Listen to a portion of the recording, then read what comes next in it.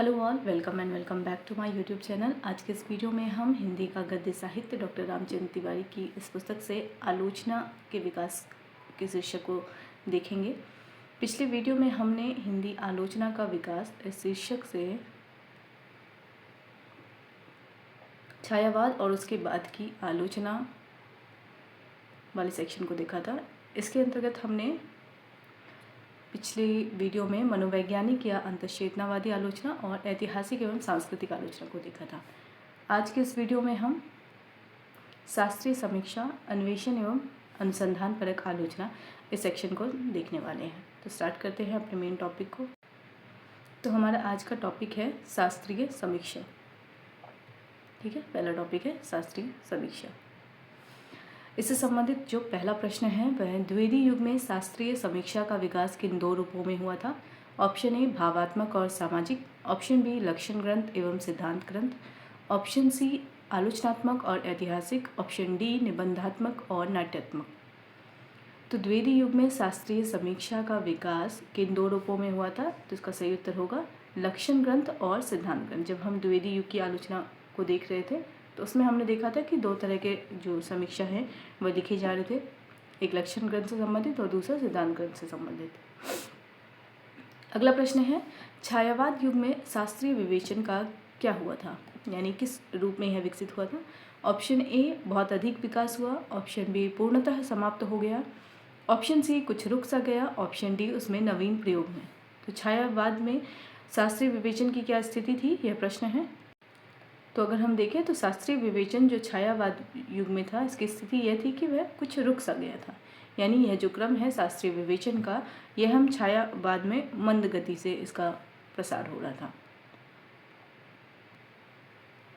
अगला प्रश्न है किस संस्था ने संस्कृत के मूल सिद्धांत ग्रंथों का हिंदी में भाष्य सहित प्रामाणिक संस्करण प्रकाशित किया। ऑप्शन ए नागरी प्रचारणी सभा, ऑप्शन बी हिंदी साहित्य सम्मेलन, ऑप्शन सी हिंदी अनुसंधान परिषद दिल्ली, ऑप्शन डी साहित्य अकादमी। प्रश्न है किस संस्था ने संस्कृत के मूल सिद्धांत ग्रंथों का हिंदी में भाष्य सहित प्रामाणिक संस्करण प्रकाशित किया। ठीक, सही उत्तर क्या होगा, हिंदी अनुसंधान परिषद दिल्ली। संबंधित तथ्य देख लेते हैं। संबंधित तथ्यों में देखिए तो सबसे पहला है नवीन लक्षण ग्रंथों की रचना न करके विद्वानों ने संस्कृत के मूल सिद्धांत ग्रंथों का हिंदी में भाष्य सहित प्रामाणिक संस्करण प्रस्तुत करने में अपूर्व उत्साह दिखाया। अगर हम शास्त्रीय विवेचन या शास्त्रीय समीक्षा की बात करें तो इस और नवीन या मौलिक प्रयास अधिक नहीं हुए। क्यों नहीं हुए, क्योंकि सिद्धांत जो आलोचक या समीक्षक थे उनकी ज़्यादातर रुचि किसमें थी, संस्कृत के जो मूल सिद्धांत है उनको अनुदित रूप में प्रस्तुत करने की, यानी वो हिंदी में उसको भाष्य सहित प्रामाणिक संस्करण प्रस्तुत कर रहे थे। इस ओर अगर हम संस्था की भूमिका देखें तो सबसे महत्वपूर्ण जिस संस्था ने इसमें भूमिका निभाई है वह हिंदी अनुसंधान परिषद दिल्ली है। इससे संबंधित और तथ्य है उसे भी देख लेते हैं। हिंदी अनुसंधान परिषद दिल्ली ने, यानी इस संस्था ने किन किन रचनाओं के मूल यानी जो संस्कृत में थे उनको हिंदी में अनुदित कराया है। तो पहला अगर हम देखें तो संस्कृत जो कृतियां हैं उनको हम देख लेते हैं कि जो ये संस्था है हिंदी अनुसंधान परिषद द्वारा ये प्रकाशित हुए हैं। तो काव्यतर्ज जो दंडी की रचना है इसको भी हिंदी अनुसंधान परिषद दिल्ली ने इसका संस्करण प्रस्तुत किया है हिंदी भाष्य में। दूसरी जो कृति है जिसका अनुवाद हुआ है इस संस्था द्वारा वह है काव्य अलंकार सूत्र। यह कृति वामन की है। ठीक है, अगला है ध्वन्यालोक, आनंदवर्धन है इसके रचनाकार। वक्रोक्ति जीवित, इसके रचनाकार कुंतक हैं। काव्य मीमांसा, इसके रचनाकार राजशेखर है। अगर आप इस प्रश्न को देखें तो अगर आप यूजीसी नेट या फिर असिस्टेंट प्रोफेसर की भी तैयारी कर रहे हैं तो वहाँ आपको भारतीय काव्य शास्त्र का एक सेक्शन लगा होगा। भारतीय काव्य शास्त्र के अंतर्गत आप इन रचनाओं को पढ़ते हैं और इनके रचनाकार के विषय में भी जानते हैं। यहाँ फिलहाल हम भारतीय काव्य शास्त्र से संबंधित इन कृतियों को जानेंगे और इनके रचनाकार को जानेंगे, और इन कृतियों का अनुवाद करने में जिस संस्था की महत्वपूर्ण भूमिका रही है उसको भी ध्यान देना है कि हिंदी अनुसंधान परिषद है। ठीक है, तो हमने ध्वन्यालोक देख लिया। ध्वन्यालोक के रचनाकार कौन है, आनंदवर्धन। वक्रोक्ति जीवितम कृति है रचनाकार हैं कुंतक। काव्य मीमांसा कृति है, रचनाकार है राजशेखर। ये मूल रचनाकार हैं, ठीक है। और इसको प्रकाशित करने की जो भूमिका निभाई है वो संस्था ने निभाई है। किसी विशेष रचनाकार का यहाँ नाम नहीं दिया गया है कि किसने इसका संस्करण प्रस्तुत किया है, क्योंकि उस संस्था में जो भी सहयोगी जुड़े होंगे इस कार्य में, उन सब की अपनी अपनी भूमिका रही है। तो व्यक्ति विशेष का नाम ना लेकर यहाँ पे संस्था का नाम लिया जा रहा है, ठीक है। और जो मूल जो संस्कृत ग्रंथ है उसके जो राइटर हैं यहाँ पे उसकी चर्चा की गई है। औचित्य विचार चर्चा यह कृति है, इसके जो रचनाकार हैं क्षेमेंद्र हैं। अगला जो संस्कृत जो ग्रंथ है वह है काव्य प्रकाश, इसके रचनाकार हैं मोम्मट। अभिनव भारती, इसके रचनाकार अभिनव गुप्त है। नाट्य दर्पण रामचंद्र गुणचंद्र इसके रचनाकार हैं। तो संस्कृत के ये मूल ग्रंथ है और इसके मूल रचनाकार हैं, ठीक है। और इन सभी का भाष्य संस्करण प्रस्तुत करने में जो जिसकी भूमिका रही है वह हिंदी अनुसंधान परिषद दिल्ली की भूमिका रही है। आदि संस्कृत के सिद्धांत ग्रंथों का, ये सिद्धांत ग्रंथ है संस्कृत के, का प्रामाणिक संस्करण हिंदी में अवतरित करके बड़ा भारी काम किया है। किसने? हिंदी अनुसंधान परिषद दिल्ली ने। अगला प्रश्न है, निम्न में से कौन सा संस्कृत का सिद्धांत ग्रंथ नहीं है? काव्य प्रकाश मम्मट कृत, बी ध्वन्यालोक आनंदवर्धन कृत, सी द सबलाइम लॉन्जाइनस कृत, डी काव्य मीमांसा राजशेखर कृत। तो नाम से भी स्पष्ट हो रहा है, और अभी हमने क्योंकि सभी सिद्धांत ग्रंथों को देखा है, तो ये सिद्धांत ग्रंथ संस्कृत के हैं, ये भी सिद्धांत ग्रंथ संस्कृत के हैं, और ये भी।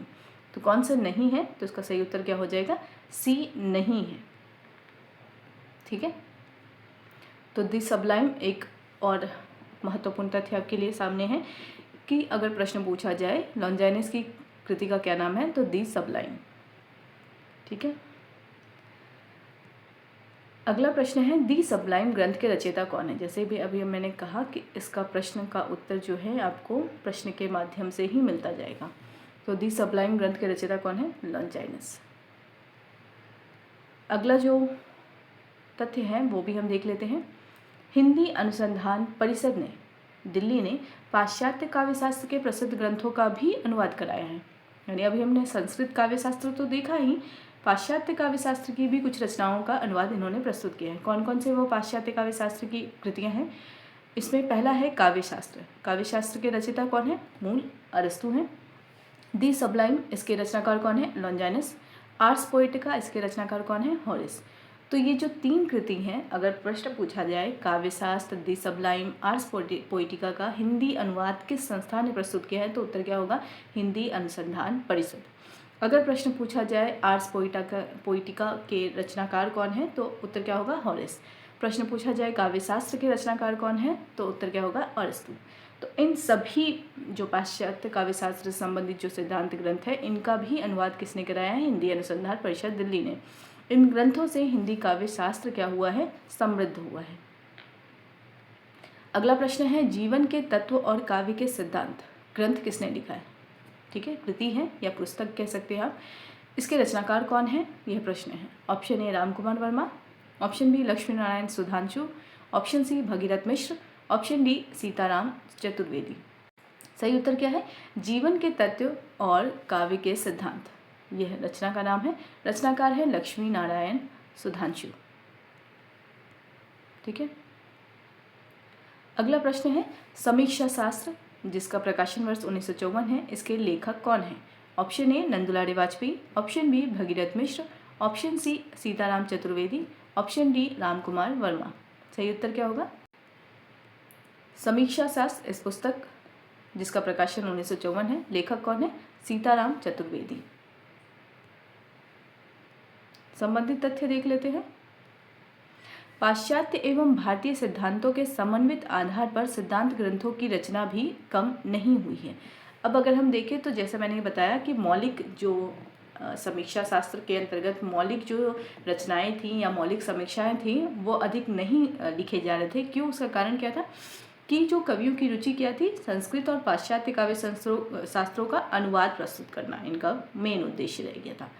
अगर हम देखें मौलिक रचनाएं कौन कौन सी लिखी गईं, जो सिद्धांत ग्रंथ जो लिखे गए पाश्चात्य और भारतीय सिद्धांतों के समन्वित आधार पर, यानी पाश्चात्य का भी अध्ययन कर लिया उन लोगों ने, भारतीय सिद्धांतों को भी अध्ययन करने के बाद जो सिद्धांत ग्रंथ की रचना हुई उसमें कौन कौन सी रचना है वो हम देख लेते हैं। यानी नवीन समीक्षा, शास्त्रीय समीक्षा के अंतर्गत नवीन जो रचनाएं हैं उनको हम देखते हैं। तो जो पहला नाम है जीवन के तत्व और काव्य के सिद्धांत, हमने प्रश्न के माध्यम से देखा था। इसका प्रकाशन वर्ष 1942 है। राइटर कौन है? लक्ष्मी नारायण सुधांशु। साहित्य शास्त्र, प्रकाशन वर्ष 1955, रामकुमार वर्मा। तो शास्त्रीय समीक्षा के अंतर्गत जिन कृतियों का हम नाम देख रहे हैं, जिन कृतियों को रामचंद्र तिवारी ने रेखांकित किया है, मौलिक जो कृतियाँ हैं, ठीक है, क्योंकि हमने अभी अनुवादित वाला देख लिया था पाश्चात्य और भारतीय काव्य शास्त्र का। जो मौलिक कृतियाँ हैं उनमें साहित्य शास्त्र रामकुमार वर्मा का, जीवन के तत्व और काव्य के सिद्धांत लक्ष्मी नारायण सुधांशु का, काव्य शास्त्र इसका प्रकाशन 1963 भगीरथ मिश्र का, समीक्षा शास्त्र 1954 सीताराम चतुर्वेदी का, भी हमने प्रश्न में देखा।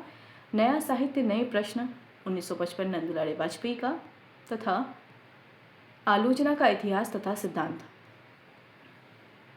1952 में SP खत्री का। ये सभी मौलिक कृति है शास्त्रीय समीक्षा से संबंधित, ठीक है। एक बार पुनः आप इसे देख सकते हैं। जीवन के तत्व और काव्य के सिद्धांत, प्रकाशन वर्ष 1942, रचनाकार लक्ष्मी नारायण सुधांशु। साहित्य शास्त्र 1955 रामकुमार वर्मा है इसके रचनाकार। काव्य शास्त्र 1963 भगीरथ मिश्र हैं इसके रचनाकार।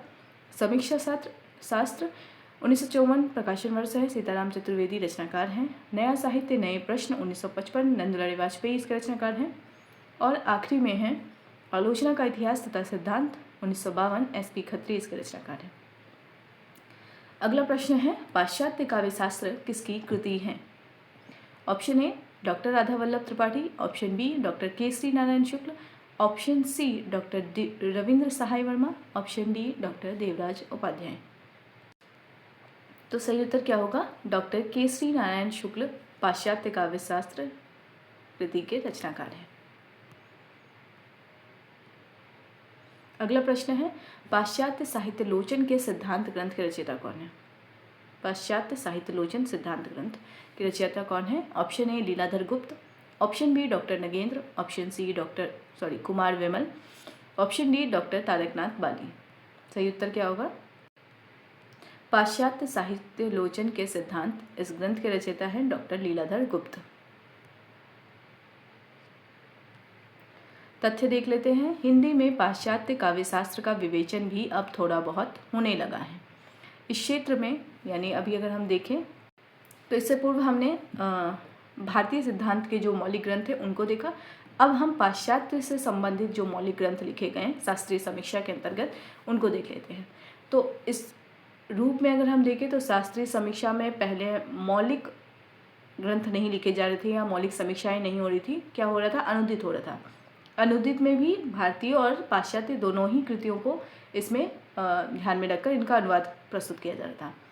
फिर जब मौलिक रचना प्रारंभ हुई तो मौलिक रचना में भी भारतीय सिद्धांतों पर भी दृष्टि दी गई और पाश्चात्य सिद्धांतों पर भी दृष्टि दी गई। तो भारतीय सिद्धांत के जो मौलिक ग्रंथ हैं हमने उनको देख लिया। अभी हम पाश्चात्य से संबंधित, काव्य शास्त्र से संबंधित या सिद्धांत ग्रंथ से संबंधित रचनाओं को देखेंगे। इस क्षेत्र में अगर हम देखें तो पाश्चात्य साहित्य लोचन के सिद्धांत, रचनाकार कौन है? लीलाधर गुप्त। प्रकाशन वर्ष क्या है? 1952। रोमांटिक साहित्य शास्त्र, रचना का नाम है, रचनाकार कौन है? डॉक्टर देवराज उपाध्याय। प्रकाशन वर्ष क्या है? 1951। पाश्चात्य साहित्य लोचन और हिंदी पर उसका प्रभाव, रचनाकार कौन है? डॉक्टर रविंद्र सहाय वर्मा। प्रकाशन वर्ष क्या है? 1960। अगला है पाश्चात्य काव्य शास्त्र, रचनाकार कौन है? डॉक्टर केसरी नारायण शुक्ल। तो ये 4 ऐसे ग्रंथ हैं जो पाश्चात्य काव्य शास्त्र से संबंधित सिद्धांत ग्रंथ है और इनके रचनाकार तथा प्रकाशन वर्ष भी साथ में दिए गए हैं, ठीक है। तो ये सभी कृतियाँ क्या है? उल्लेखनीय है शास्त्रीय समीक्षा के आधार पर। अगला प्रश्न है राजेंद्र द्विवेदी का साहित्य शास्त्र का पारिभाषिक शब्दकोश किस वर्ष प्रकाशित हुआ था? Option A 1948, option B 1955, option C 1960, option D 1958। तो सही उत्तर क्या होगा? 1955। राजेंद्र द्विवेदी रचनाकार हैं। रचना क्या है इनकी? साहित्य शास्त्र का पारिभाषिक शब्दकोश। प्रकाशन वर्ष क्या है? 1955, ठीक है। हिंदी साहित्य कोश दूसरा क्या है? साहित्य कोश से संबंधित भी प्रयास इसके अंतर्गत किए गए हैं, जिसमें हमने पहली कृति देख ली साहित्य कोश से संबंधित जो पहली कृति थी, जो हमने अभी प्रश्न के माध्यम से किया। साहित्य शास्त्र का पारिभाषिक शब्दकोश। दूसरा जो महत्वपूर्ण जो शब्दकोश रहा है वह हिंदी साहित्य कोश। इसका जो प्रथम भाग है वह 1958 में प्रकाशित हुआ और यह एक सामूहिक प्रयास थी, यानी व्यक्ति विशेष इसके रचनाकार नहीं है, तो सामूहिक प्रयास के रूप में यह कोश तैयार किया गया था। अगला प्रश्न है, रस सिद्धांत ग्रंथ के लेखक कौन है? Option A doctor Nagendra, option B doctor Rammurti Tripathi, option C doctor Taraknath Bali, option D Nirmala Jain. तो सही उत्तर क्या होगा? डॉक्टर नगेंद्र। रस सिद्धांत ग्रंथ के लेखक कौन है? डॉक्टर नगेंद्र। अगला जो तथ्य है वह रामचंद्र तिवारी के शब्दों में है, वो भी हम देख लेते हैं। रामचंद्र तिवारी के शब्दों में काव्यशास्त्री सिद्धांतों का जैसा गंभीर, तात्विक, मर्मग्राही एवं संश्लिष्ट विवेचन आचार्य रामचंद्र शुक्ल ने किया है, उसका अभाव बना हुआ है। यानी शास्त्रीय समीक्षा के अंतर्गत जिन काव्यशास्त्री सिद्धांतों को हम देख रहे हैं वह कहीं ना कहीं रामचंद्र शुक्ल में ज़्यादा अधिक कह सकते हैं वो लोकप्रिय हुआ, या उनकी जो शैली थी वह इस रूप में ज़्यादा विशेष थी, या कह सकते हैं वो ज़्यादा सफल हुई हैं। अगर हम इन रचनाकारों को देखें तो यहाँ पे रामचंद्र तिवारी उसे रेखांकित कर रहे हैं कि उपर्युक्त ग्रंथों में मात्र सामग्री उपस्थित की गई है, तत्व का विवेचन नहीं किया गया है। यानी काव्यशास्त्रीय सिद्धांतों में जो महत्वपूर्ण पक्ष हैं कि उसमें तत्व का विवेचन भी हो, तो यहाँ पे क्या है, केवल सामग्री उपस्थित कर दी गई है, चाहे वो भारतीय काव्यशास्त्र सिद्धांतों के विषय में हो, चाहे वो पाश्चात्य काव्यशास्त्र सिद्धांतों के रूप में हो। तो शास्त्रीय समीक्षा के अंतर्गत जिन भी रचनाकारों ने जो प्रयास किया है उसमें कहीं ना कहीं इसका अभाव है कि वहाँ पे तत्व विवेचन उस रूप में नहीं हो पाया जिस रूप में रामचंद्र शुक्ल ने अब तक अपनी रचनाओं में किया है। डॉक्टर नगेंद्र का बहुचर्चित ग्रंथ रस सिद्धांत, जिसका प्रकाशन वर्ष 1964 है, भी इसकी पूर्ति नहीं कर पाया है। यानी नगेंद्र में भी हम इसका अभाव देख रहे हैं।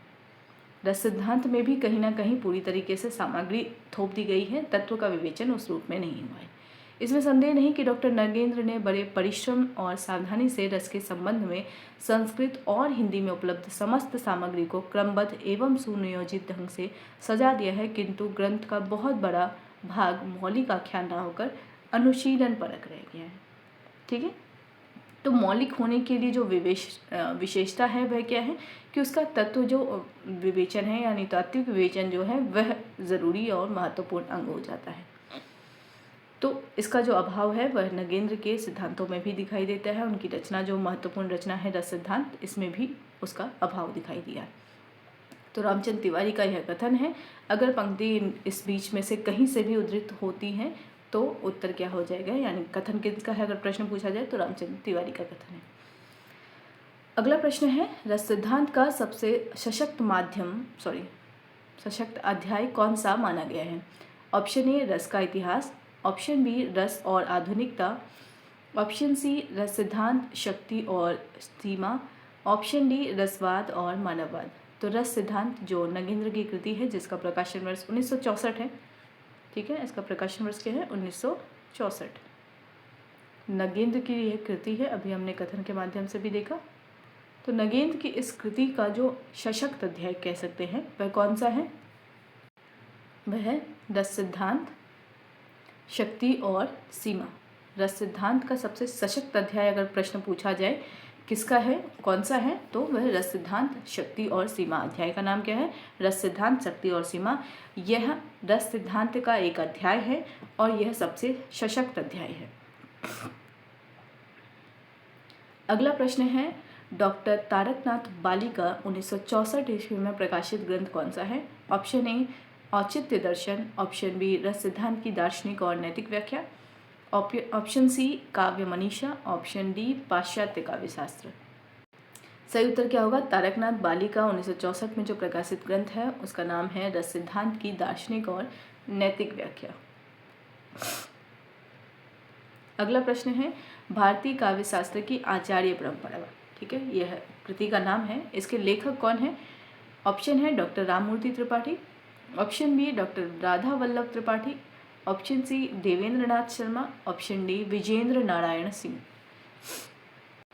सही उत्तर क्या होगा? भारतीय काव्यशास्त्र की आचार्य परंपरा। इस कृति के लेखक कौन है? डॉक्टर राधा वल्लभ त्रिपाठी। संबंधित तथ्य देख लेते हैं। शास्त्रीय समीक्षा के महत्वपूर्ण ग्रंथ कौन कौन से हैं? जो अन्य महत्वपूर्ण ग्रंथ है, जिसे हमने भारतीय काव्यशास्त्र सिद्धांत के रूप में देख लिया था और पाश्चात्य सिद्धांत के रूप में भी देख लिया था, कुछ अन्य भी महत्वपूर्ण जो ग्रंथ रह गए हैं उनको हम देख लेते हैं। इनमें पहला जो है नाम वह डॉक्टर राममूर्ति त्रिपाठी का है। डॉक्टर राममूर्ति त्रिपाठी का समय अगर हम देखें तो 1929 से 2009, पुनः देख लेते हैं। डॉक्टर राममूर्ति त्रिपाठी का समय है 1929 से 2009, ये इनका समय है। इनकी कृतियों को अगर हम देखें, यानी शास्त्रीय समीक्षा के जो इनके ग्रंथ हैं उनको देख लेते हैं। सबसे पहला जो नाम है वह औचित्य दर्शन का है। औचित्य दर्शन अगर पूछा जाए किसकी कृति है तो उत्तर क्या होगा? डॉक्टर राममूर्ति त्रिपाठी। इनकी अन्य कृति भी है रस विमर्श, लक्षणा और उसका हिंदी काव्य में प्रसार, भारतीय काव्यशास्त्र की नई व्याख्या, काव्य तत्व विमर्श, भारतीय काव्यशास्त्र के नए क्षितिज, भारतीय काव्य विमर्श। तो ये सभी रचनाएं शास्त्रीय समीक्षा से संबंधित ग्रंथ हैं और ये सभी रचना डॉक्टर राममूर्ति त्रिपाठी की हैं। औचित्य दर्शन की अगर हम बात करें तो इसका प्रकाशन वर्ष 1964 है। रस विमर्श की बात करें तो इसका प्रकाशन वर्ष 1965 है। लक्षणा और उसका हिंदी काव्य में प्रसार, अगर इसका प्रकाशन वर्ष देखें तो यह 1966 है। भारतीय काव्यशास्त्र की नई व्याख्या, प्रकाशन वर्ष 1976। काव्य तत्व विमर्श 1980, प्रकाशन वर्ष। भारतीय काव्यशास्त्र के नए क्षितिज 1985, प्रकाशन वर्ष। भारतीय काव्य विमर्श 2001, इसका प्रकाशन वर्ष। तो ये सभी शास्त्रीय समीक्षा के महत्वपूर्ण ग्रंथ हैं। किनका? डॉक्टर राममूर्ति त्रिपाठी का। अगले जो रचनाकार हैं वह है डॉक्टर तारकनाथ बाली। अभी हमने प्रश्न में भी देखा, तारकनाथ बाली रचनाकार हैं। कृति का नाम है रस सिद्धांत की दार्शनिक और नैतिक व्याख्या, प्रकाशन वर्ष 1964। प्रश्न में क्या था कि 1964 में किसका प्रकाशन हुआ था, यानी तारकनाथ त्रिपाठी का प्रकाशन वर्ष क्या है इस कृति का? तो रस सिद्धांत की दार्शनिक और नैतिक व्याख्या कृति है, प्रकाशन वर्ष 1964 है। रचनाकार हैं डॉक्टर तारकनाथ बाली। दूसरा जो रचनाकार हैं उनको भी देख लेते हैं। दूसरे रचनाकार हैं डॉक्टर भगीरथ मिश्र। डॉक्टर भगीरथ मिश्र की जो शास्त्रीय समीक्षा से संबंधित ग्रंथ है वह है काव्य मनीषा, जिसका प्रकाशन वर्ष 1965 है। दूसरा है पाश्चात्य काव्यशास्त्र, इसका प्रकाशन वर्ष 1988 है। तो भगीरथ मिश्र की दो कृति हैं, काव्य मनीषा और पाश्चात्य काव्यशास्त्र। ये दोनों इनके शास्त्रीय समीक्षा से संबंधित ग्रंथ हैं। अगला नाम है निर्मला जैन का। निर्मला जैन से संबंधित जो कृति है वह है रस सिद्धांत और सौंदर्य शास्त्र। प्रश्न पूछा जाए रस सिद्धांत और सौंदर्य शास्त्र, इस कृति के रचनाकार कौन है तो उत्तर क्या होगा? निर्मला जैन। प्रकाशन वर्ष क्या है? 1967। अगला नाम है कुमार विमल का। इनका जो ग्रंथ है वह है सौंदर्य शास्त्र के तत्व। प्रश्न पूछा जाए सौंदर्य शास्त्र के तत्व, इसके रचनाकार कौन है तो उत्तर होगा कुमार विमल। प्रकाशन वर्ष 1967। अगले रचनाकार है डॉक्टर नगेंद्र। इनके द्वारा संपादित है, ध्यान रखेंगे ये लेखक नहीं है, संपादित है, भारतीय काव्य सिद्धांत। अगर प्रश्न पूछा जाए भारतीय काव्य सिद्धांत किनके द्वारा संपादित ग्रंथ है तो उत्तर क्या होगा? डॉक्टर नगेंद्र। प्रकाशन वर्ष क्या है इस ग्रंथ का? 1969। अगला नाम है जगदीश चंद्र जैन। इनकी कृति है पाश्चात्य समीक्षा दर्शन, प्रकाशन वर्ष 1969। अगर प्रश्न पूछा जाए पाश्चात्य समीक्षा दर्शन किसकी कृति है तो उत्तर क्या होगा? जगदीश चंद्र जैन। अगला प्रश्न है, प्रश्न कह रही हूँ मैं, अगली जो शास्त्रीय समीक्षा संबंधित ग्रंथ है वह है काव्यांग प्रक्रिया। अगर प्रश्न पूछा जाए काव्यांग प्रक्रिया किसका ग्रंथ है तो उत्तर क्या होगा? शंकर देव अवतरे। तो शंकर देव अवतरे की कृति है काव्यांग प्रक्रिया, प्रकाशन वर्ष है 1977। अभी और है, अगला जो नाम है वह है अभिनव साहित्य चिंतन। अगर प्रश्न पूछा जाए अभिनव साहित्य चिंतन ग्रंथ किनका है उत्तर क्या होगा? भगीरथ दीक्षित। अगर प्रकाशन वर्ष पूछा जाए तो 1977। ठीक है, शास्त्रीय समीक्षा से संबंधित जो ग्रंथ है वह कई हैं, इसलिए इसे इसी रूप में मैंने तैयार किया है, यानी तथ्य रूप में। अगला नाम है हिंदी काव्य शास्त्र में रस स्वरूप। प्रश्न पूछा जाए हिंदी काव्य शास्त्र में रस स्वरूप, इस ग्रंथ के रचयिता कौन है उत्तर होगा रवि प्रकाश। प्रकाशन वर्ष 1981। अगला प्रश्न है, अगला जो ग्रंथ है वह है साधारणीकरण और सौंदर्यानुभूति के प्रमुख सिद्धांत। प्रश्न पूछा जाए साधारणीकरण और सौंदर्यानुभूति के प्रमुख सिद्धांत, इस ग्रंथ के रचयिता कौन है? तो उत्तर क्या होगा? प्रेमकांत टंडन। प्रकाशन वर्ष 1983। अगला ग्रंथ है पाश्चात्य काव्य शास्त्र। प्रश्न पूछा जाए पाश्चात्य काव्य शास्त्र ग्रंथ किसका है? तो उत्तर क्या होगा? देवेंद्र नाथ शर्मा। उत्तर क्या होगा? और प्रकाशन वर्ष क्या होगा? 1984। अगला ग्रंथ है भारतीय काव्य समीक्षा में वक्रोक्ति सिद्धांत। प्रश्न पूछा जाए भारतीय काव्य समीक्षा में वक्रोक्ति सिद्धांत, इस ग्रंथ के रचयिता कौन है? उत्तर होगा विजेंद्र नारायण सिंह। प्रकाशन वर्ष 1984। अगला जो ग्रंथ है वह है भारतीय काव्य शास्त्र की आचार्य परंपरा और भारतीय साहित्य शास्त्र की नई रूपरेखा। प्रश्न पूछा जाए भारतीय काव्य शास्त्र की आचार्य परंपरा या भारतीय साहित्य शास्त्र की नई रूपरेखा, इस ग्रंथ के रचनाकार कौन है? तो उत्तर क्या होगा? डॉक्टर राधा वल्लभ त्रिपाठी। राधा वल्लभ त्रिपाठी का समय है 1949। इनकी कृतियों का जो प्रकाशन वर्ष है वो भी देख लेते हैं। भारतीय काव्य शास्त्र की आचार्य परंपरा, इसका प्रकाशन वर्ष 2007 है। भारतीय काव्य शास्त्र की नई रूपरेखा, इसका प्रकाशन वर्ष 2022 है। तो शास्त्रीय समीक्षा से संबंधित इन कृतियों को हमने देखा, साथ ही हमने इनके रचनाकारों को भी देखा और प्रकाशन वर्ष को भी देखा, तो इन्हें आप नोट डाउन कर लेंगे। अगला प्रश्न है मार्क्सवादी सौंदर्य शास्त्र पर संपादित महत्वपूर्ण ग्रंथ कौन सा है? ऑप्शन है भारतीय काव्य सिद्धांत, ऑप्शन बी मार्क्सवादी साहित्य चिंतन, ऑप्शन सी मार्क्सवादी सौंदर्य शास्त्र, ऑप्शन डी सौंदर्य शास्त्र के तत्व। तो इस प्रश्न का सही उत्तर क्या हो जाएगा? मार्क्सवादी सौंदर्य शास्त्र। यह एक संपादित ग्रंथ है और यह महत्वपूर्ण ग्रंथ हो जाएगा मार्क्सवादी सौंदर्य शास्त्र से संबंधित। तथ्य देख लेते हैं। मार्क्सवादी समीक्षा के व्यापक प्रभाव के परिणाम स्वरूप अब मार्क्सवादी सौंदर्य शास्त्र का भी विवेचन होने लगा है। इस विषय पर अगर हम देखें तो दो महत्वपूर्ण ग्रंथ हैं। एक मार्क्सवादी साहित्य चिंतन, इसके रचनाकार है शिव कुमार मिश्र, ठीक है, और इसका प्रकाशन वर्ष 1973 है। दूसरा है मार्क्सवादी सौंदर्य शास्त्र, जिसकी बात अभी हम कर रहे थे प्रश्न के माध्यम से, इसका समय 1977 है। इसके रचनाकार कौन है? कमला प्रसाद द्वारा यह संपादित है। तो अगर संपादित पूछा जाए मार्क्सवादी सौंदर्य शास्त्र जो संपादित ग्रंथ है वह किनका है? तो कमला प्रसाद है इसके संपादक। अगर पूछा जाए प्रश्न मार्क्सवादी साहित्य चिंतन, इसके लेखक कौन है? तो शिव कुमार मिश्र इसके लेखक हैं। अगला प्रश्न है डॉक्टर राममूर्ति त्रिपाठी का कौन सा ग्रंथ 1964 ईस्वी में प्रकाशित हुआ था? ऑप्शन ए रस विमर्श, ऑप्शन बी औचित्य दर्शन, ऑप्शन सी काव्य तत्व विमर्श, ऑप्शन डी भारतीय काव्य शास्त्र की नई व्याख्या। तो 1964 में जो कृति राममूर्ति त्रिपाठी की प्रकाशित हुई थी वह था औचित्य दर्शन। राममूर्ति त्रिपाठी की जो कृति औचित्य दर्शन है, इसका प्रकाशन 1964 है।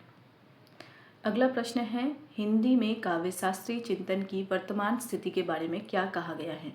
ऑप्शन ए यह पाश्चात्य विचारों पर निर्भर है, ऑप्शन बी अब मौलिक स्थापनाएं पूरी तरह समाप्त हो चुकी हैं, ऑप्शन सी अब हम मौलिक स्थापनाओं की कठिनाइयां समझने लगे हैं, ऑप्शन डी यह केवल संस्कृत काव्य शास्त्र पर आधारित है।